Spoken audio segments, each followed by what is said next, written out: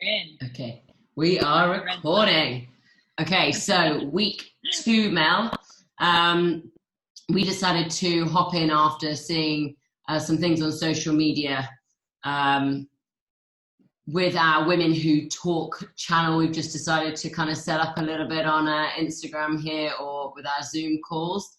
And today we decided to uncover demystify 3 myths that we always hear as coaches. I definitely hear them through my friends.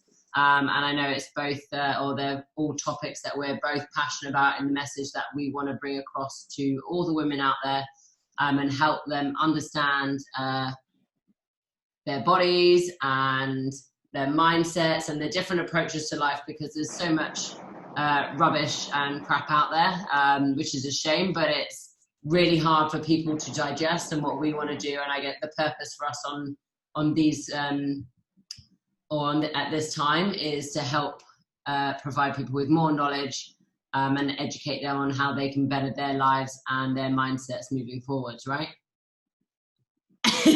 Okay, so we've got 3 myths to go today. The first one, we'll just go one by one. The first one is, if I did more exercise or had more discipline, I'll be able to burn more calories and I will effectively look better. So doing as much as I can, tiring myself out, that means I'm going to get better results. I'm going to burn more calories, and by burning more calories, that means I'm going to look good. The scales number's going to be amazing, and it's going to make me happy. It's going to change my life, and it's going to be great. Go. Boom, there you are. Go. Yeah, okay, so yeah, I mean, you see this all the time, right? Like, it's almost like a glorified thing where women are like, oh, I did 2 training sessions today, or they talk about kind of, I mean, you and I, we have tons of clients who probably at one point, or friends, or even acquaintances or whatever, that kind of come through and they're just like non-stop burning both ends of the candle. So here in Singapore especially, and when I lived in Hong Kong as well, I'm working with a lot of like top end clientele as well, as far as their jobs. They're like boss babes, just killing it at work, and then they come in and past, the complaining is like, oh, before, like, I don't know what's wrong, nothing ever seemed to work, and you like sit down with them, okay, well, what did you do before? And they're listing out like, hit workout, just like smashing themselves every single day after a super stressful day at work, and going home to a stressful, life, and you're like, all right, let's look at what this is actually doing. So I think one of the big things with this one is I always look at anything that you decide to do, whether it's nutrition changes, health, lifestyle changes, whatever it is, it should be for longevity. So it should be sustainable, and it should be for the long term. Like you'll always hear us say, probably, and all these that quick fixes are just that. You can do something quite quickly, but then it's gonna wreak havoc on you, and it's not sustainable. So I would put doing more exercise as one of those unsustainable things, because what leads to is overexhaustion, under recovery, overstressed. It usually will start to disturb your sleep as well. So tends to be, if you train more, you're going to be more hungry. You won't be able to control your appetite or your cravings.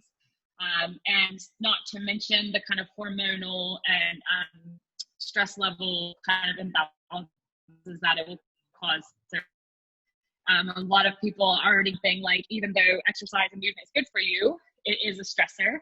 And we have, good stressors and bad stressors. And if they don't kind of level out, if you're always overstressing your body and never bringing it down, or never doing anything to kind of bring those stress levels down, then you're always going to be hitting super high cortisol and stressing out your adrenals again, which can start to have effects, especially as you age, on your estrogen and progesterone as well. And that can just bring a whole slew of types of things as well. So from a health perspective, it is definitely, I don't know, what are your thoughts? There's lots of other ways, I think, to approach kind of smart programming, smarter or more optimal ways of listening to your body and and finding kind of the right balance of how much is enough, or how much is what you want to look for the goals that you have.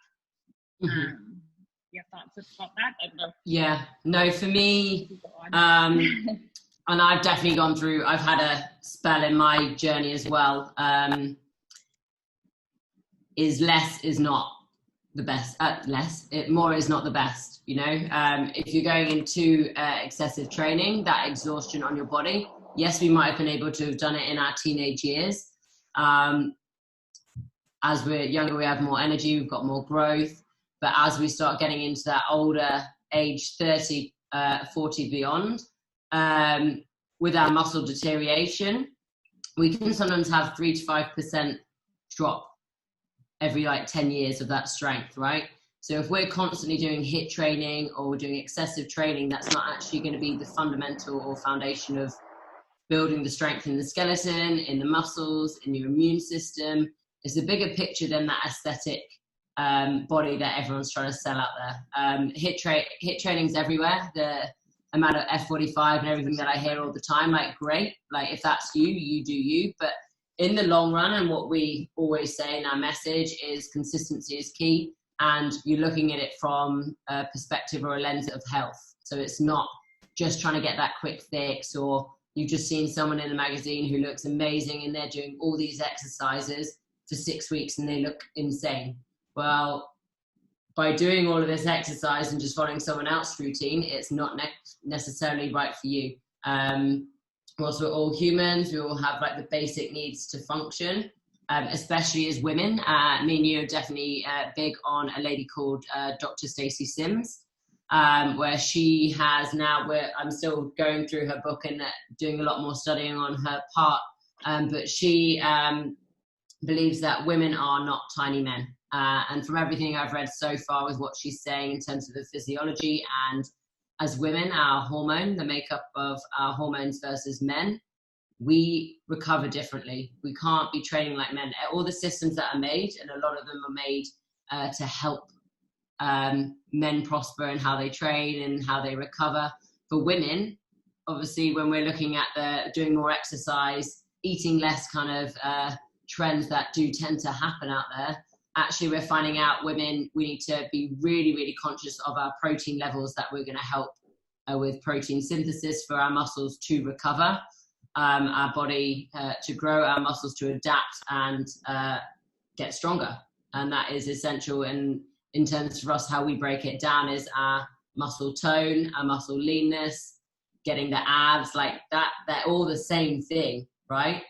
I'm kind of going off a little bit of the subject, but in terms of doing more could be a lot more harmful than if you do less, and the quality of exercise. So for us as women, it's looking at the quality of the movements that we're doing, creating a strong foundation, but also looking at what you're putting into your body, the fueling of your body to help you recover. Do you have anything else to add on that? Well, I was going to say, you had I thought you have an interesting perspective on this, because just recently you did your big run, 100 kilometers, right? Oh, yes. Yeah. And I know you were I'm kind of watching from the background, but I saw you kind of constantly tracking data, tracking how you felt on it. And so you went from a point of so for me I think that's an incredible set of data for people to understand, because what you constantly see, and maybe even now more so because of kind of coronavirus that we're all stuck, is running is a big one, or cardio, right? So it's yes. You start off doing 10 minutes, 20 minutes, then you go 30 minutes instead of kind of smarter running, because running is great if that's something that you enjoy. People will just go longer and longer and more and more and more, thinking that that's going to help them. And you're right, kind of coupling that with what tends to happen is eating less as well. So not only are we increasing our amount of exercise, but it tends to go hand in hand that people will also try to eat less at the same time. But you upped your training. So I think that would be interesting to kind of share just a little bit about what you ended up kind of seeing with your own body and with your own health and recovery from that. Yeah, no, definitely. So me on that point, and I've got to do my write-up. You just reminded me I need to do my write-up on it, because I was tracking my data. So for anyone who's not aware, I did do a 105 kilometer ultra run in March before COVID spread. I managed to get that in, right but it took me 2.5 months to get all the training in. So I did leave it last minute. Part of that's for the mental aspect for me. But what I noticed, and I'm trying to just get all the facts and figures around before I really start to distribute it out. But what I noticed in my physique, so I do strength training. That's a big part of my life and the way I train, because I want to be stronger. I want to be more physically able and have a functioning body. So I took up that challenge, and typical, even I was lost in the mindset, and this was this year. Even me with running, I thought, okay, cool, we'll see a weight drop. My legs are pretty heavy, thick thighs, which I'm proud of. But with the running aspect, when you're running that long distance, it's like carrying lead.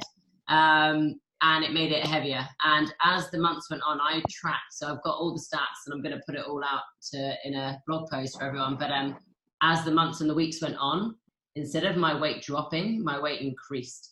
And by that, from a lot of it and what I've been reading as well, and obviously as a coach, but seeing my body and my weight go up, it was the intensity of the running I was increasing at. So I never was letting my body fully recover. I was trying to, but within that short time frame, I never had that time frame to cut with some weight for that performance goal. It was never for the aesthetic, it was for the performance goal. So I didn't have as much weight to carry as I was running. That did not happen, and I went the other way. So I was at 61 kg, and I think my weight the day before the race was 63.5 or 64. Yeah. So there's me, I'm trying to keep cool, but I'm watching my body get heavier and heavier. But I had some tests done, I had my bloods run, and I was really inflamed. So my body was inflamed, and it was doing the natural response of, I was fueling it, but was I fueling it enough? And was I fueling it in the right way? I was doing my best, but at that point it kind of came out of control. I couldn't do anything else. I had to get the race done, and then kind of see what happened. To heal yourself. Yeah, to heal. So I was in that point, and I knew what was happening. My body was inflamed, it was reacting, and my body was holding on to the fat stores because it didn't know when the next meal was going to go, because I was running on weekends for 8 hours or more, in one go. So and that was the build-up. So my body's response. Quite extreme, yeah. That's an extreme. That's a very extreme story. But even just with the running thing, one of my best friends, we had this conversation the other day, and she's running nearly every other day or every day. And I've had other friends who've told me they're running every day. One, I understand completely, because that mindset is amazing, and it can help clear that headspace, especially when you're indoors. So it's trying to find that balance on the scales with that, literally with the running. How far do I go? Do I do short runs? Do I run upstairs? So that's a bit of strength training when you do it up the stairs. Or do I focus on some lighter strength exercises? And sorry, I'm not laughing at you. I know, I can see. I can see. Go away, sorry. Nope. Shoot. Oh my God, sorry. But so I think with that, in that respect of everyone going out on the running, doing a lot of running, you're going to be susceptible to injury. So if you're not strengthening yourself and you're going above and beyond just to get out, just to break that sweat and that mental headspace, a walk is just enough, or a cycle ride. It's low intensity on those joints, because if you're not strengthening all of that, again, with doing your too much exercise, you're going to be way more susceptible to injury, and you're not building the blocks or the foundations through strength training. And strength training doesn't need to be like the weightlifters out there who are shifting a ridiculous amount of weight in the air above their heads or off the ground.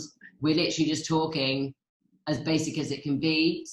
Your lunges, calf raises, squats, exercises that are actually going to build a foundation and some strength in your glutes. One of the biggest reasons why you get knee issues or repetition through under the foot through plantar fasciitis, a lot of people have weak glutes.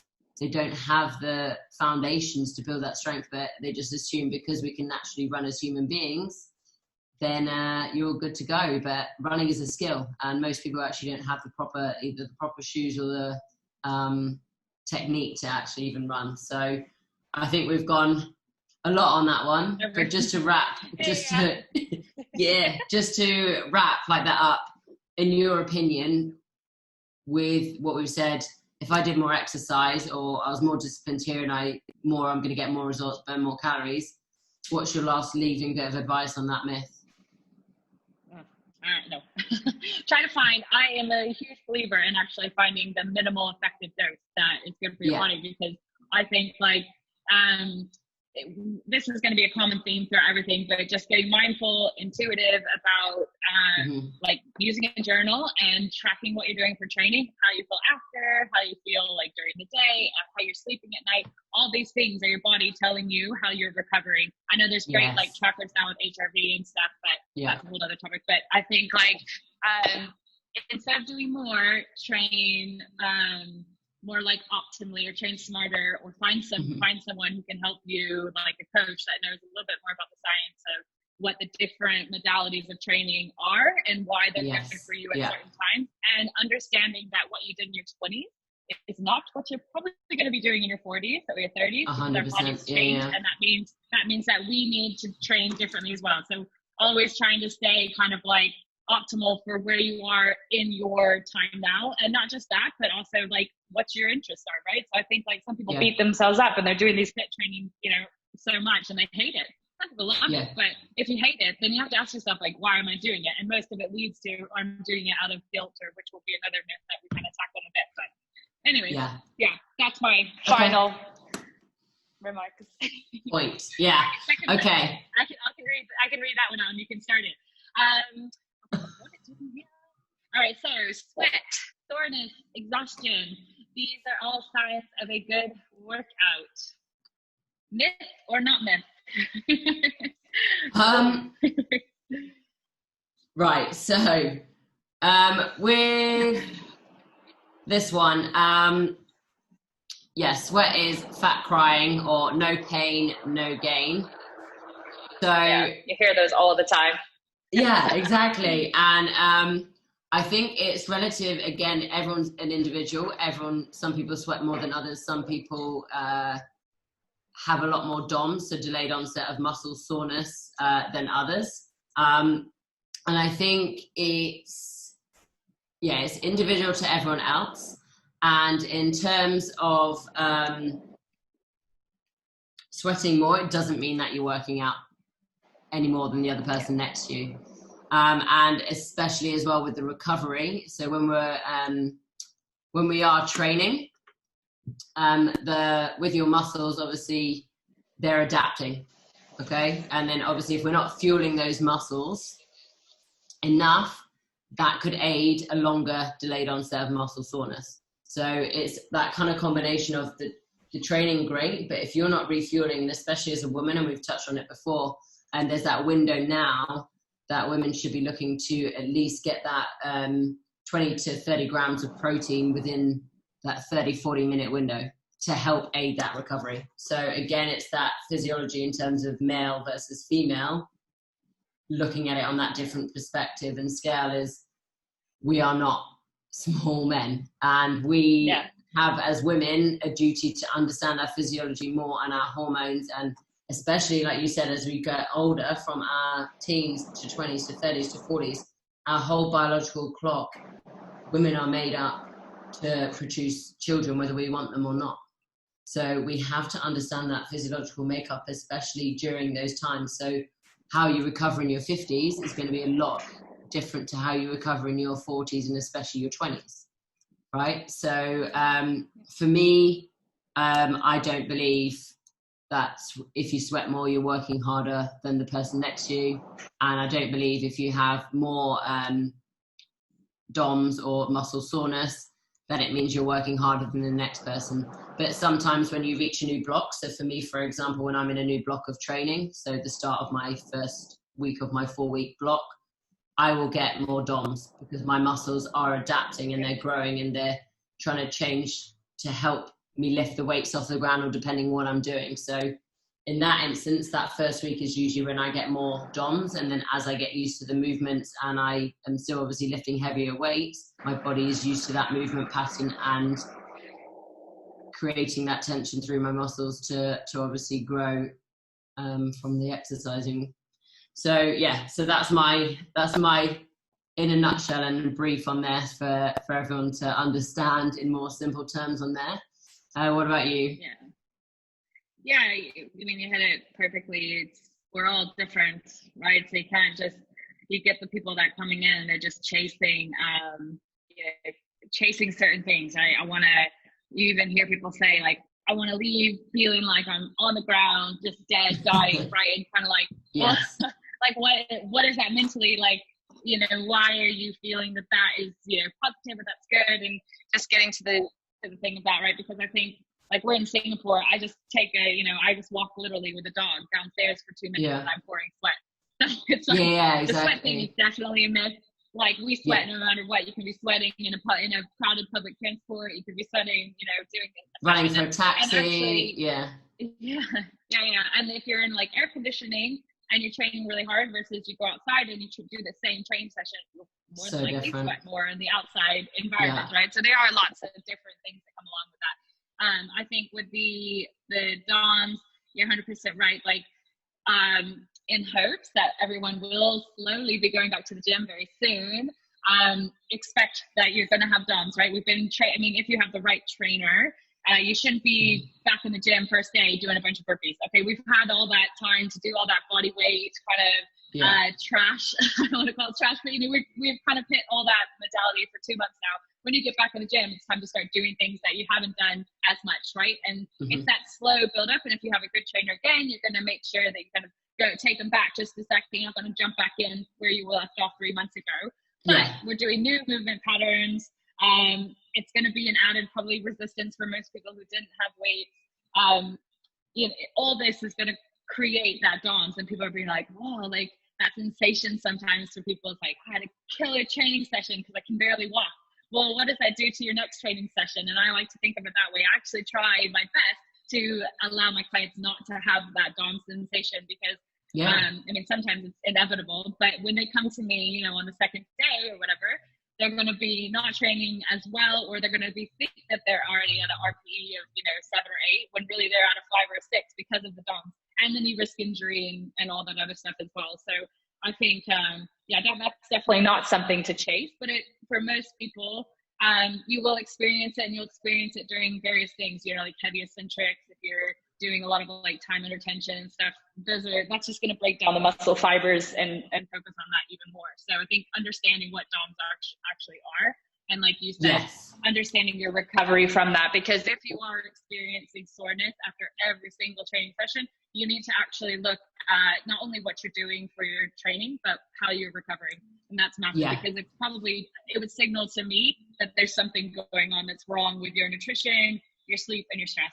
And that would be a big one for me. And then exhaustion, that's just, anybody can make you tired to do a training session. I think I wrote to you, like, my 7-year-old, if I said to him, give me a really hard workout, he'd pop burpees in there, and he'd make me do a ridiculous number of push-ups or something, because to him, that's like a hard training session. So, taking a 7-year-old, and then you take some trainers out there who people are paying a lot of money to go to, and they're doing the same thing because they think that they're giving the client what they want instead of what they need.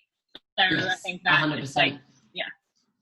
And I think I was just thinking when you were saying that, then it's almost a lot of people, when they see DOMs or that sweat, it's their form of punishment to themselves. So that leads us on to the other myth, but it's a form of punishment, because like, if I'm aching, then cool, I've done a workout, I've done what I needed to do, I needed to burn off all of this stuff to make me feel better. And obviously some of it is a mindset driven for sure, and it's a lot of release for a lot of people. But when you get into that mental aspect, some of it will be that physiology where people should actually start to be looking at the signs of, is this me going into fatigue? Is this my body in overdrive? Am I overtraining and I'm not recovering enough, or I'm not recovering quick enough? Because that's the thing, it shouldn't necessarily be that ongoing with DOMs, right? But that leads us, and that rounds us up nicely to the third myth that we're going to talk on today is, which I hear a lot, and I find it absolutely painful to hear. My heart's already just gone, because we're very passionate, and for everyone who is listening or going to listen to this, it's a big topic. People, and whether you are guilty for yourself, you can burn off what you've eaten or earn what you eat. So I'm going to do exercise now because I'm going to earn that beer or wine that I'm going to have later, or I'm going to earn that pizza or that chocolate bar or whatever it is, and whatever you prefer. Yeah, fine. That's you, and that's your prerogative. But for me, I think it's detrimental, and it's has a very negative effect on the way your mindset works. And we have been conditioned in society, the way magazines are led, the way people talk to each other, friends, and how they talk to each other about on the new diets. And it's kind of fitting into that whole diet culture, is that you are what you eat, or your calories define you, and you justify it in a way to your friends or yourself that you earn what you eat. You're only allowed those nice things if you have done 2 hours of sitting on the bike of cardio in a day. To me, that's painful to hear and to speak about, but it's a very real topic, and I've had it with one of my friends recently, and I've had it with multiple people over a long time, not just my clients. So yeah, so we'll go with you, what you think, what's your opinions on all of that? Is it a myth or is that But it's you know what, and this is us being vulnerable and saying, we're talking honestly, like I still catch myself sometimes in that same mentality, right? So I read that kind of the diet culture book, and I've read a lot about kind of anti-diet movements, and that kind of intuitive eating, intuitive lifestyle. I really try to practice that, and then I catch myself sometimes doing the exact same thing. We're going to have like pizza night, and I'm like, right, I want to get in a really good training session before I have that. And I mean, part of it is that I don't want to completely say that my thoughts are fully negative, because I do give my space to, I think I'm quite mindful, and I know that like I do feel really good when I've had a training session at the beginning of the day, get it out, instead of kind of, if I sit around and watch Netflix all day. There's a big difference, right? But it's when the two are quite connected that I think is the issue at the moment, is that you're putting a moral value basically on how you eat and how you train and your behaviors in the hopes to look a certain way. So everything is external instead of internal. And there's this I wrote this down because I didn't want to mess it up because I didn't say it. So Molly from Girls Gone Strong had put in something I read once. I had to dig out of my notes to find again, but she says, I'll read it. In a world of diet culture, thin bodies are most valuable bodies. Food can be categorized into good versus bad. Only certain kinds of exercises are worthwhile, and the focus is on external goals instead of internal goals. Decisions come from place of self-control versus self-care. And I think that is like the nail on the head for me. It's like, I want to try and control every aspect, and I'm eating a certain way because I want to have control over the way I look, or I'm, all these things are coming from a place of external guilt and punishment instead of, I want to move because when I move, I feel healthier, I feel more energized, I feel more like clarity through the day, or I want to nourish my body in a certain way because, I mean, let's be honest, sometimes that cake feels damn good to eat and I want to eat it and I'm going to eat it and I'm not going to feel bad about it. But then the next day you kind of crave, if you really listen to your body, you crave to eat some vegetables, you crave to eat like a healthy, wholesome meal because your body really does crave healthiness, and there's places to have other foods, but you shouldn't feel like you need to punish yourself in order to have them or feel bad because you have them, right? Everything comes in time. But anyways, I think it's so sad to hear that, because you do, when you're with your friends, when you're with other coaches, in magazines and social media, you're constantly seeing the words like, something's healthy or unhealthy, it's bad or it's good. I've been naughty, or I've been behaving myself. And they're talking about sticking to strict rules. And then you even get like that magical side of food where it's like the detoxifying foods or superfoods, or this like It's Crazy marketing. that we have It's put all these, marketing. yeah, it's complete marketing. Yeah. So, Yeah, and I think, yes. Oh, sorry. I thought you were going to say then. No, but you just mentioned there's, for everyone who's listening and whoever's going to have been listening to us this long, one book that I've read that sums it up, and I think it's one of the best ways in how they approached it, or how he approached it, which I send on to my clients, is The Anti-Diet Approach by Scott Abel, or I don't know how to say that surname. But the way he's construed it and he's put it together is there's marketing and then there's diet or nutrition, or however we want to label there.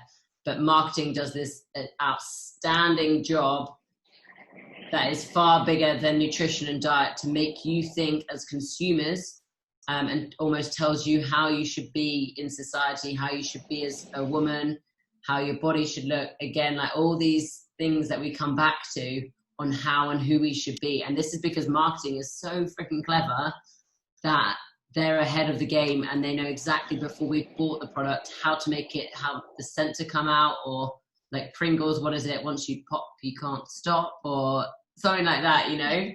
And they know exactly what they're doing, and they're playing games with you. So again, it's getting in tune, and this is why we keep saying it's that self-care versus the self-control, and that self-care avenue, and knowing yourself to a T. You know when you're cool to have that chocolate or that cake or whatever you want, because you're going to have it guilt-free, and it's not going to be because someone else is telling you that you should be feeling to have this chocolate now.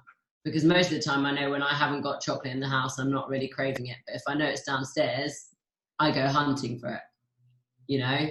But for me personally, I've never been in that kind of, I mean, I obviously have certain times in the day or when I will feel guilty about certain choices, but majority of the time I have quite a healthy and have always had a healthy relationship with food, because I keep it balanced. More often than not, I'm having that healthy lifestyle. I have my fruit, my veg, my protein. I have carbs. I eat carbs. Carbs are not bad.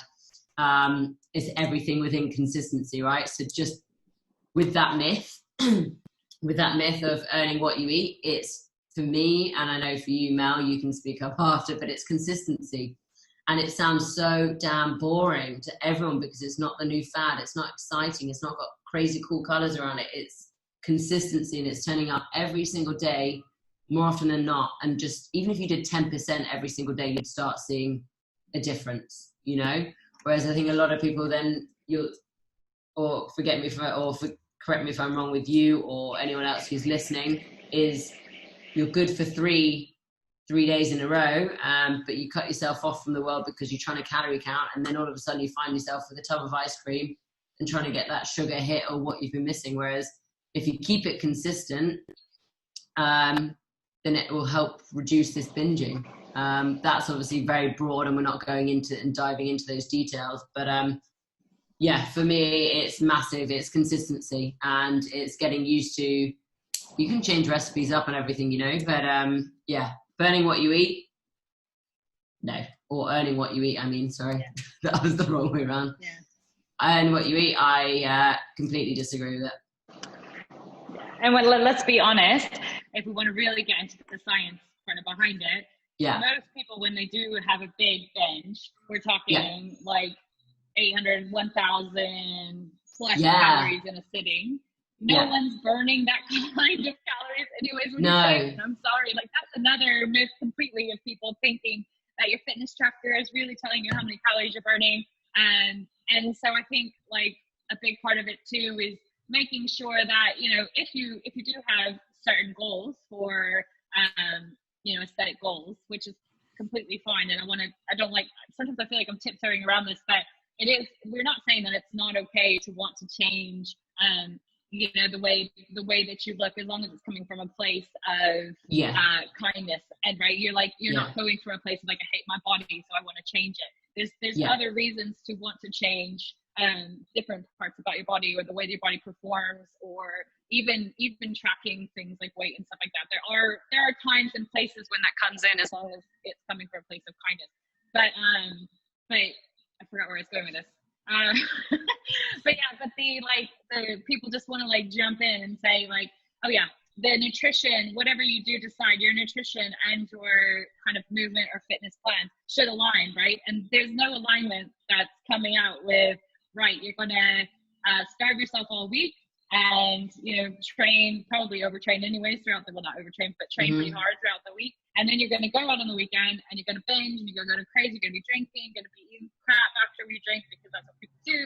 And in order to do that, you're either going to train crazy hard on the weekend, or on Monday we're going to punish you doing like an hour session, because you hear that too from trainers, right? Like, oh, don't worry about what you ate on the weekend, because on Monday I'm going to bring it hard and you're going to be paying for what you ate. And I'm like, oh, it just makes you cringe every time, because you're like, no, like that cyclical kind of one, the binge and reduction of calories is absolutely horrible for your hormones, your thyroid, your metabolism. It's so bad. Exactly. And then if you're also combining then that with this overtraining and kind of crazy metabolic, whatever you want, conditioning thing that you're doing to yourself as well, it's just causing a whole bunch of health and cortisol issues too. So yeah, I think you're doing a lot more harm than if you were just to be a bit more like intuitive with your eating and be okay, allow yourself, because food is fuel, but food is also should be a social, connective kind of thing. There are times where you should go out and you should have a great time with your friends. Like, a big sign of love is to cook a meal for your family, or cook a meal for a loved one, or go out on a date with a loved one or a friend. And we forget that, right? Because it becomes this marketing tool, demonizing all these different aspects of food, make you like feel guilty or make you feel anxiety or fear around enjoying your life sometimes, right? So yeah, anyways, we can talk about we can go on forever for sure. No, so I think that, well, they were the 3 myths we wanted to cover today. I can't actually find where I put my takeaways. I wrote my takeaways down somewhere. I can't find them anymore. But yeah, so I think, that's awesome what we've covered. And hopefully for those who are have tuned in and listened to the end, are going to take something away from it and understand a little bit more about those myths and where they come from, and really why is your mindset there? Why are you going for self-control versus self-care? And it's that whole thing of fitness, overtraining, undereating, or are you looking for health in the long term? Because I want to be around on the planet for a lot longer, and I'm pretty sure a lot of other people do too. So it's trying to just take care of your body. It's trying to take care of your body, take care of your mind, and build principles and foundations as that infrastructure and that foundation that you can then build up and progress in the long term. And I think when people look at it, again, we're not talking about 2-3 months just to change your life around. We're talking years. It takes time. Like, everyone is different, so some other people might be a little bit more different on that front. But I know my transformation, journey in terms of going from just all out running to strength training, mine's been years. Like, to build muscle, especially as a woman, for me, it's taken its time. But I'm going off, I'm divulging, I'm going away from everything. But my 3 takeaways. My 3 takeaways for today is 1, educate yourselves, ladies. Buy the book by Scott Abel. What's it called? The Antidiet Approach. Please take your time to read it. Highlight the book. Resonate with it. Acknowledge where you're at in your journey and what you want to change, and write up a bit about it.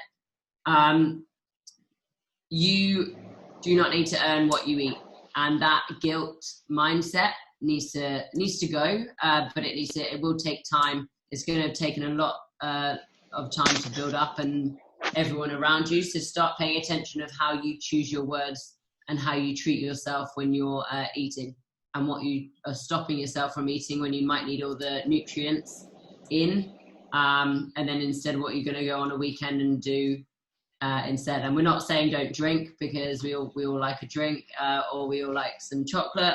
Chocolate is my jam. And the last one for me is consistency. Be consistent, and you'll be winning. You just got to be consistent. Turn up every day. as much as you can, do the best you can. Mel? Nice. Let's see. I've got, I'm going to use this one probably every week. Mindfulness. So start tracking how you feel after your training, and track it based on kind of appetite, mood, your energy, your sleep, digestion even. So start seeing and get in tune with your body to see, is my training working with me or is it working against me? So that would be my first one. Yeah, and like secondly, if you're gonna chase something, don't chase sweat, DOMS, exhaustion. Chase technique and efficiency. Those are my two big ones. You want to become more efficient, and that's what training is there for. And you want to become, I would say, technique is massive. You see so many bad techniques, from running to weightlifting to everything. And put your focus in on that and making that your goal, instead of chasing, big sweaty DOM session. And if someone, just jumping in on that, Mel, sorry, if someone can't afford to get a coach, what would be your suggestions? Because I know out there right now in the current climate, it's quite hard. But whilst there's all the YouTube videos and things out there, what would be your advice? Yeah, that is tricky. So to put you on the spot, I can. Yeah, I know. If you've got some, I mean, there's definitely people that I think are highlight really good videos that show proper technique, and I guess people kind of list them. It's probably too many to list at the moment, but there are a lot of really good kind of movement groups and movement technique people, and I'm sure you know some more for like running technique, and who provide videos and who provide kind of education information that I would back, versus when you're just kind of popping on a YouTube video. And I know it is tricky, because sometimes, like, especially if you're newer to exercise and resistance training, you may not have that mind to muscle connection yet. So even if you watch a video of someone doing something, you might not be able to figure out how to get your body into a certain position. So unfortunately, a big part of it with certain movements is going to involve a coach. You could always like video yourself and then compare it, but there are a lot of things. I mean, it would be nice if there was some other resources that were a bit free, free or cheap, or but I was just gonna say, add in just for people to just ask questions. I think the best way to learn is if you have a video of yourself, even just saying, if you have a friend who's a coach, or you know someone loosely, or any respectable coach, they've got 5 minutes or they've got 2 minutes. And if you have a video of you performing something and you're not quite sure of whatever, ask questions. I get questions all the time through Instagram and through friends, and I'm more than happy to answer those questions to help someone else, because I totally understand some people might not be able to get that, pay for that education right now. And I'm 100%, I'm on it for if anyone's got questions. It helps me learn. So keep asking, and I'm a big believer in asking questions. Because otherwise you'll never know. Sorry, what was your third one? I know I jumped in then. I just thought that was... No, that was good. Sorry. I was kind of actually never... It's sad, because we know kind of what good technique for some things look like, right? If I wanted to come to someone for running, I would know who to go to. And so you're right, it is a bit trickier when you don't have the resources. Last one is just based on that kind of diet culture. Exercise is not a penance for the food you've been eating. So eating, training, everything you do should not be coming out of a place of fear, anxiety, or hatred. You should be doing it based on how it makes you feel, and out of love, right? So we talked about that last week. You should nourish yourself the way you should nourish, if you were a mother and you were nourishing your baby, what does that look like, right? Because you love your child, you love your baby. You wouldn't be, that should be something that you're kind of like feeling for yourself. You love yourself, and I want to take care of myself. And movement too should come from a place of empowerment, or a place of love, and it shouldn't be coming from a place of kind of, I hate myself and I feel guilty for doing something, so I'm going to punish myself. 100%. I love those. Huh? Yeah. What about action? Yeah, they're good. You got an action for your audience? I would say number one action is educate yourself. So again, on that takeaway, by Scott Abel, if you find you really struggle with your mentality on how you are with the dieting culture and how your relationship is with food. I know it's a massive topic out there, and there's a lot of which I'm not qualified to answer on a lot of the topics, but my opinion would be to get Scott Abel and buy the book that we said earlier, the Antidiet Approach. Action that, do that today. Start educating yourself and start paying attention. Like you said, mindfulness. Again, be mindful and be aware of how you're speaking to yourself when you're around food. And are you doing it because you don't understand it? Because that's my thing. A lot of people don't actually understand their bodies and what they're eating and what actually benefits them. A lot of people are just doing guesswork. So why are you guessing on your body and the nourishing opportunity that you can give to yourself, which is called health? Or you'd rather invest that time in other elements instead. So what's your action? And then we will wrap it up.